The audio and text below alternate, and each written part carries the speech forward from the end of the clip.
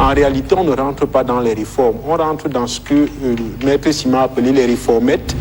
L'introduction du poste de vice-président peut avoir une portée institutionnelle, politique et même symbolique. L'UNC-RDPC devrait arrêter de prendre les Camerounais pour des cons. Parce qu'en réalité, nous sommes dans un parti unique et nous sommes dans une grosse chefferie. Parce que la fonction est tellement importante qu'il faut tout faire pour aménager cette fonction à quelqu'un d'extrêmement compétent, d'outillé, n'est-ce pas, qui aura fait ses preuves. Ça ne va servir à rien de créer un poste de vice-président si on maintient l'ossature de notre système politique.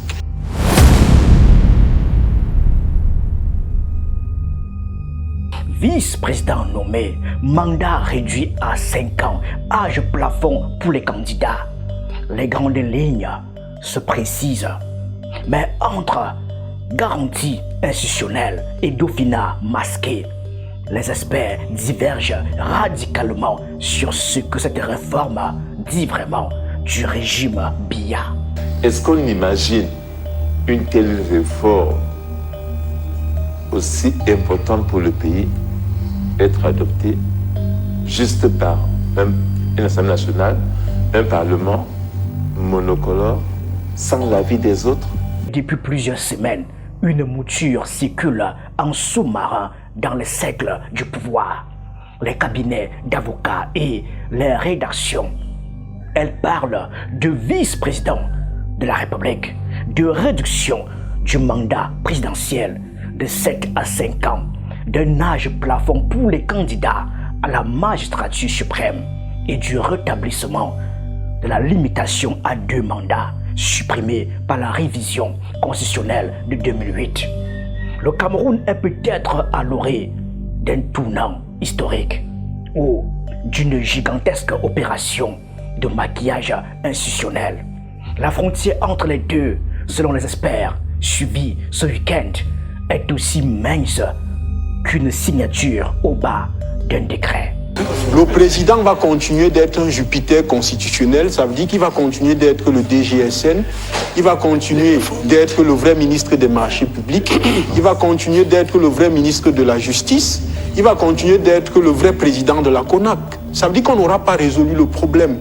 Parce que le vrai problème qu'il faut résoudre aujourd'hui, c'est dégarnir les pouvoirs du président de la République. Il doit cesser d'être l'alpha et l'oméga au sein du Cameroun. C'est pour ça justement que quand une route est gâtée, par exemple à Nanga et Boko, on appelle le président de la République. Il n'y a pas l'électricité en Komtou, on appelle le président de la République. Il faut que ça cesse. La question du vice-président n'est pas nouvelle au Cameroun. Elle remonte aux origines même de l'État. La Constitution du 1er septembre 1961 qui avait consacré la République fédérale née de la réunification avec le Southern Cameroun britannique prévoyait déjà ce poste dans son article 9. La règle était claire. Si le président venait de l'État fédéral francophone, le vice-président devait obligatoirement venir de l'État fédéré anglophone. L'équilibre linguistique constitutionnalisé.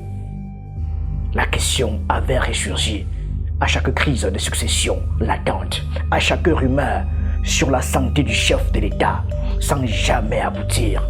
Aujourd'hui, elle revient avec une force nouvelle. Et Stéphane Menouga, politologue et expert en questions constitutionnelles, voit immédiatement le retour de ce spectre fédéral dans la mécanique proposée. On l'écoute. Si cette disposition est vraie, on est en train de revenir à un fédéralisme de facto, sans qu'on ne s'en rende compte en vérité. Parce que quand vous prenez les dispositions constitutionnelles de la Constitution du 1er janvier 1961, notamment son article 9, on vous disait quasiment la même chose. Ça veut dire qu'on vous disait que si le président est de l'État fédéré francophone, le vice-président doit être de l'État fédéré anglophone. Pourquoi? Parce qu'on était dans un État fédéral. Et la question que moi je me pose ici est celle de savoir pourquoi le poste de vice-président?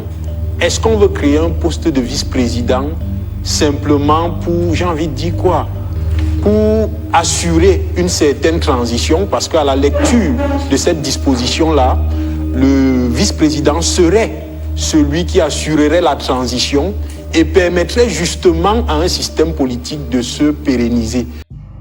La réponse, il la donne lui-même sans détour. Si on crée un poste de vice-président et qu'on reste dans le même système politique, en réalité, on ne rentre pas dans les réformes. On rentre dans ce que Maître Simon a appelé les réformettes. Le mot est lâché. Il fera son chemin dans le débat. Benoît Fedio, communicant du RDPC, préfère la prudence. Il reconnaît ne pas avoir encore le texte définitif entre les mains. Nous sommes encore dans des conjectures, dit-il, mais ne se prive pas d'en défendre la logique institutionnelle. Pour lui, le poste de vice-président offrirait une garantie de stabilité. En cas de décès, de démission ou de vacances, on saurait déjà qui prend la relève. Et il concède lui-même ce que beaucoup pensent tout bas. Tout dépend du mode de désignation, par élection ou par nomination.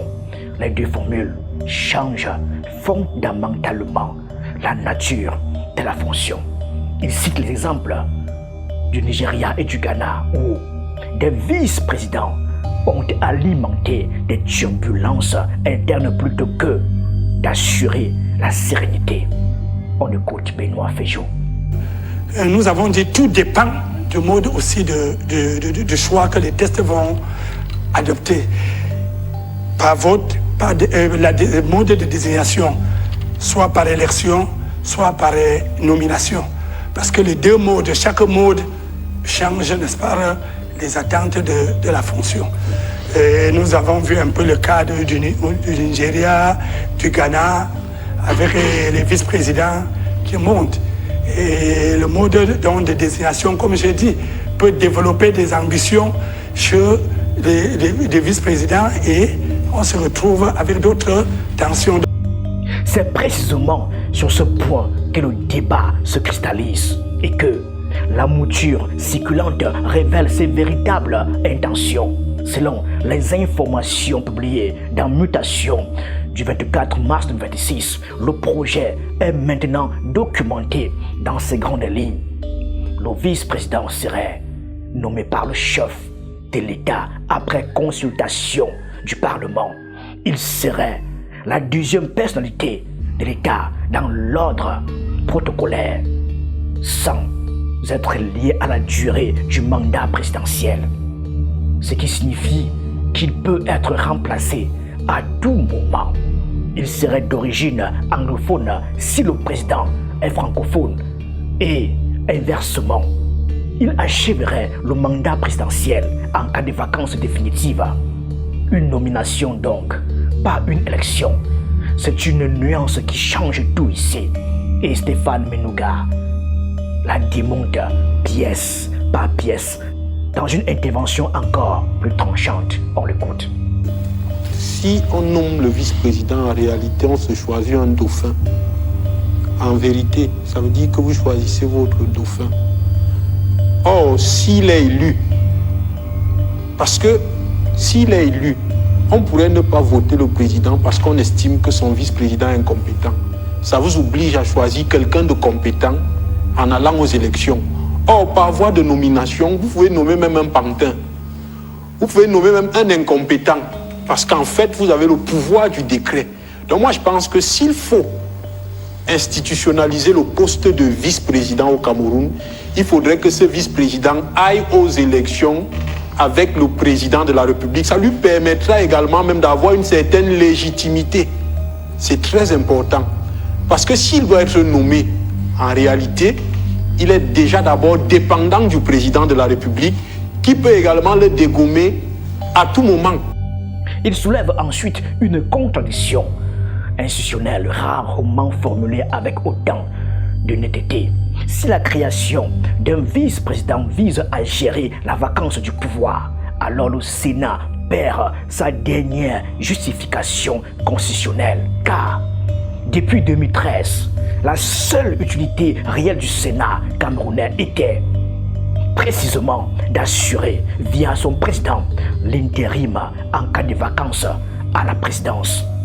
Supprimer cette fonction sans supprimer le Sénat, c'est maintenir une institution sans raison d'être et alourdir la dépense publique. On l'écoute. S'il faut qu'on ait un vice-président qui assure la transition en cas de vacances, ça veut dire déjà une chose, que nos institutions ne sont pas fortes. Parce que les institutions actuelles règlent ce problème. On vous dit que si le président n'est pas là, c'est le président du Sénat.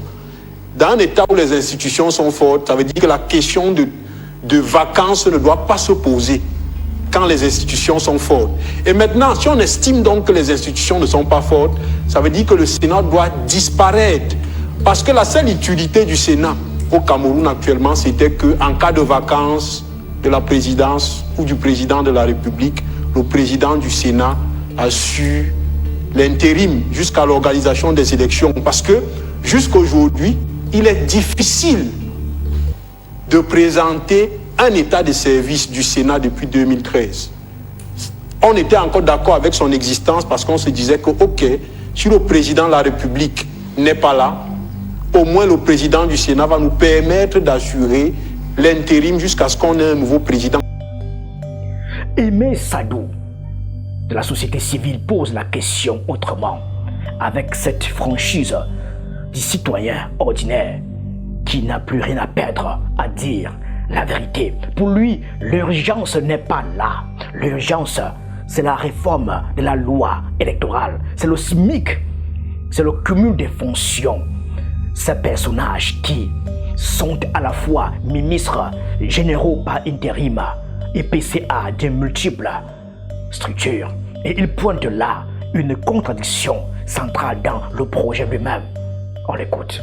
Si on a un vice-président de la République, j'ai lu, parce que j'ai encore la page là sur la proposition de loi là, quels seraient ses rôles. Mais maintenant, quel serait le rôle du Premier ministre? Est-ce que le ministre est le successeur constitutionnel du président? Sur le plan constitutionnel, la réponse est non. En fait, je parle de rôle, je ne parle pas de succession. Parce qu'un Premier ministre a un rôle précis. En Angleterre, c'est le Premier ministre qui gère le pays. Au Canada, des choses comme ça. Et le président est là symboliquement. Même en Italie, il y a un président symbolique, mais c'est le Premier ministre qui gère. Le Premier ministre au Cameroun est un peu vidé de sa substance, puisque le pouvoir est hyper centralisé au niveau de la présidence de la République. Et déjà, même que dans la proposition de loi, on dit le Premier ministre sera supervisé par le Premier ministre. Ça veut dire qu'en réalité, déjà, il faut enlever ce poste de Premier ministre.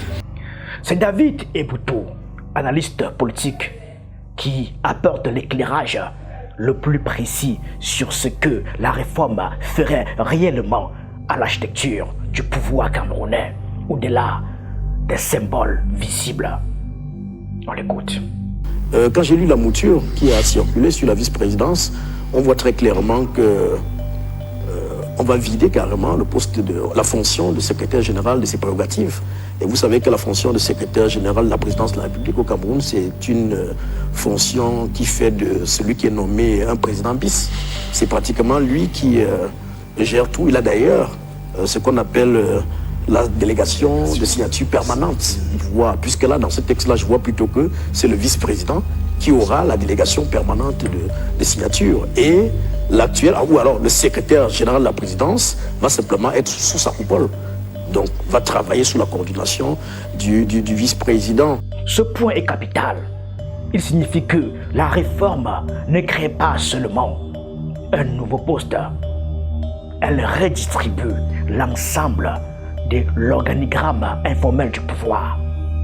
Le secrétaire général de la présidence de la République, ce personnage de l'ombre que beaucoup décrivent comme le vrai chef du gouvernement, au quotidien, le vice-dieu serait rétrogradé et le vice-président nommé par le président deviendrait ainsi le nouveau centre de gravité de l'exécutif. David Eboutou voit aussi dans cette réforme une tentative de désamorcer les luttes de succession déjà engagées. Il évoque à mots couverts mais sans ambiguïté, des batailles féroces à des niveaux élevés de l'appareil d'État, impliquant des officiers généraux et des hauts fonctionnaires autour de la question de qui contrôle les accès au président. La création d'un vice-président clairement identifié et constitutionnellement habilité à finir le mandat viendrait, selon lui, je cite, tuer toutes ces batailles de pouvoir. Le message envoyé aux prétendants serait simple: la place est prise, le successeur est désigné, retirez-vous. On l'écoute. Vous savez qu'il y a des clans aujourd'hui qui s'entre-neutralisent à la tête de l'État. Hein? Vous avez vu récemment l'affaire SGS et c'est pas trop transatlantique. Ça a été l'expression même des batailles féroces à un certain niveau. Hein? Cela n'est que le jeu primaire même de ce qui pourrait se passer si le président venait à fermer les yeux. C'est incroyable ce que nous avons vu. Un secrétaire général qui sort là-bas, un ministre qui sort ou un DG qui sort là-bas. J'ai même vu tout un contre-amiral, un général d'armée, sortir dans cette affaire-là. Les autres dispositions annoncées, réduction du mandat de 7 à 5 ans renouvelable une fois, instauration d'un âge plafond à 75 ans pour les candidats à la présidentielle, ont une apparence de démocratisation. Elles sont à y regarder de plus près des instruments de gestion du champ politique. Maurice Kamto, président du MRC et principal figure de l'opposition, est né le 15 février 1954. Il a aujourd'hui 72 ans. Issa Chiroma Bakari arrivé officiellement deuxième à la présidentielle d'octobre 2025 avec 35,19% des voix et qui conteste depuis Banjul les résultats officiels, est né vers 1946 à Garoua. Il a environ 79 ans. Un âge plafond fixé à 75 ans pour les futures candidatures les écarteraient tous les deux de la prochaine échéance présidentielle. Paul Biya, né le 13 février 1933 à 93 ans, il ne sera pas concerné par cette disposition. La réforme constitutionnelle ne s'applique jamais rétroactivement au mandat en cours. C'est une façon de dire en creux: nous ne faisons pas ça pour nous, nous le faisons pour l'après. Le message est habile, il permet de présenter une réforme clairement successorale comme un progrès démocratique. Aimé Sadou ne s'y trompe pas et il le dit avec une franchise qui tranche avec les langages feutrés de la politique officielle. Ce parti n'a pas ou n'a plus de vision. Peut-être que le monsieur qui gère et qui a créé cette association, quand il est parti de l'UNC, il avait certainement une vision, mais vous avez une espèce de bande de bandits à col blanc qui sont venus se greffer autour de ce truc et qui ont mis ce pays où il est. Aujourd'hui, on nous dit, on fait une proposition de vice-présidence. Je vais vous parler de cette vice-présidence. On dit Franck pour être vice-président, on dit Thierry Maguette pour être vice-président. C'est une hérésie. En même temps, on dit qu'il doit être anglophone. En même temps, c'est les mêmes qui lancent la rumeur dans le quartier comme ça parce qu'ils ont cette capacité. En fait, nous, on a vécu dans un environnement où la manipulation des esprits, c'était la force de nos parents. On envoie des informations comme ça dans le genre, on veut voir un peu, est-ce que si on dit que tel peut passer? C'est maître Emmanuel Simba, avocat au barreau du Cameroun et premier vice-président du MRC, qui prononce ce qui ressemble ici à un réquisitoire.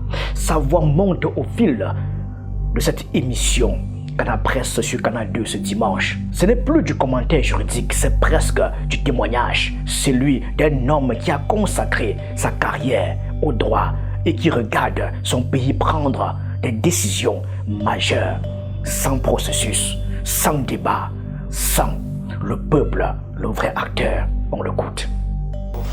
Le problème, voyez-vous, dans ces pays, c'est que nous sommes là, si un dimanche, on parle d'un sujet en disant si on devrait, dans un tel débat, avoir déjà le projet de loi entre nos mains, déposé, et qu'on puisse donc en parler en connaissance de cause. C'est ça qui sera déposé demain. Oui, mais attendez, mais non, on fait l'émission le dimanche, on déposera demain. Et pour qu'il soit adopté, ce projet de loi, dans les heures qui suivent. Un tel sujet me semble devrait donner lieu à un vrai débat national pendant des semaines, des mois. Ce n'est pas comme ça qu'on prend des décisions aussi importantes pour une nation à la petite semaine, à la va-vite. Non, c'est ça que nous ne comprenons pas. Mais on sait déjà que ce régime fonctionne comme ça. Est-ce qu'on imagine une telle réforme aussi importante pour le pays être adoptée juste par une Assemblée nationale, un Parlement monocolore, sans l'avis des autres? Il remonte le fil de l'histoire du Cameroun avec une précision clinique. Avant 1979, la loi prévoyait qu'en cas de vacance de la présidence, c'est le président de l'Assemblée nationale qui assurait l'intérim et organisait une élection. En 1979, le président Amadou Ahidjo décide que désormais le Premier ministre est son successeur constitutionnel. Et c'est lui-même qui le nomme, ce qui signifie que le président en place désignait à l'avance pour l'ensemble du peuple qui serait le prochain chef de l'État. Paul Biya a ensuite hérité de ce mécanisme, l'a appliqué avant que le texte de 1996 ne confie cet intérim au président du Sénat. Mais le président du Sénat est un sénateur nommé, pas élu. Marcel Nyadji Fendji, qui a occupé ce fauteuil pendant des décennies avant d'en être écarté par la volonté même de Paul Biya, en est l'illustration parfaite. C'est lui qui était constitutionnellement désigné pour succéder au président, était lui-même une créature du président. Le pouvoir exécutif désignait ceux qui étaient censés le contrôler. L'aberration est totale, dit Maître Sim. On ne peut pas accepter qu'un individu nous désigne un président pour nous tous. C'est ce que Paul Biya veut faire, c'est-à-dire qu'il va nous désigner lui-même, Paul Biya, qui sera notre président demain matin si lui n'est pas là. Ce n'est pas admissible. Et puis cette question, lancée comme une interpellation directe au pouvoir et à l'histoire. Ce projet de loi, ce changement de poste, ça change quoi dans la vie ordinaire du Camerounais? Ça change quoi pour le jeune de Marois? Ça change quoi pour la femme de Bolova? Ça change quoi pour l'enfant de Bamenda? Rien du tout, répond Maître Sim lui-même. Ce qui compte, selon lui, c'est un dialogue national inclusif, un bilan honnête des 43 ans de règne, une projection collective sur ce que le Cameroun veut être. Pas un poste de plus dans un organigramme que personne n'a demandé. Donc si, effectivement, ce projet de loi est déposé et que dans ce projet, le président nomme son vice-président, eh bien là, il faudrait qu'on dise que définitivement, la démocratie est morte dans ce pays. Pourquoi? Le Cameroun a 93 ans à la tête de l'État. Paul Biya a entamé en octobre 2025 un 8e mandat présidentiel, son énième consécutif, qui doit théoriquement s'achever en 2032, date à laquelle il aurait près de 100 ans. Il ne sera vraisemblablement plus là pour le terminer. La question de la succession n'est plus une hypothèse d'école. C'est une réalité biologique que le système politique tente de gérer avec les outils du droit constitutionnel. Autour du président, l'appareil d'État a commencé à se reconfigurer en urgence. Le 17 mars 2026, Paul Biya a opéré un double remplacement au perchoir des 2 chambres du Parlement. Cavalier Yégué Djibril, 86 ans, en poste à l'Assemblée nationale depuis 34 ans, a été remplacé par Théodore Datouo, 66 ans, député de l'Ouest. Marcel Nyadji Fendji, 91 ans, président du Sénat depuis sa création en 2013, a cédé sa place à Aboubakari Abdoulaye, 64 ans, l'amido de Rebouba et sénateur du Nord. Un rajeunissement de façade. Tous deux appartiennent au RDPC, mais un signal clair. La génération des barons historiques est congédiée. La recomposition a commencé et la révision constitutionnelle qui suit en est le prolongement logique. Dans ce contexte de redistribution accélérée des rôles, Stéphane Menunga formule ce que beaucoup pensent sans l'écrire. Si on s'inscrit dans une logique de nomination, ça veut dire simplement qu'on s'inscrit justement dans une logique, et je l'ai dit au départ, parce que vos deux sujets sont liés. On s'inscrit dans une logique de pérennisation du pouvoir. Ça veut dire qu'on va choisir quelqu'un qui sera capable de préserver les intérêts du système oligarchique qui est déjà établi et qui ne permettra pas que justement cette oligarchie-là puisse perdre la main mise sur le Cameroun. Dans ce contexte, la création d'un vice-président nommé n'est pas une réforme, c'est une assurance vie pour un régime. C'est la tentative de contrôler l'après depuis l'avant, de désigner le successeur, sans le dire, de changer juste assez pour que rien ne change vraiment.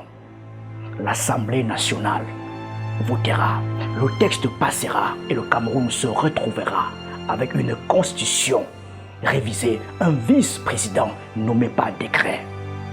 Et la même question fondamentale suspendue dans l'air depuis des décennies. Qui gouverne vraiment ce pays et pour qui? Maître Sim, lui, a déjà sa réponse et il la pose à la génération qui vient, pas à celle qui gouverne. Mais écoutez quand même, messieurs, mesdames qui nous gouvernez, mais pensez au moins à nos enfants. Oubliez-nous, pensez à nos enfants. Qu'est-ce qu'on lègue à ces enfants demain? Ce pays qu'on a là aujourd'hui, je dis non, on ne peut pas sacrifier notre génération à nous, non accepter et sacrifier même celle qui vient après nous.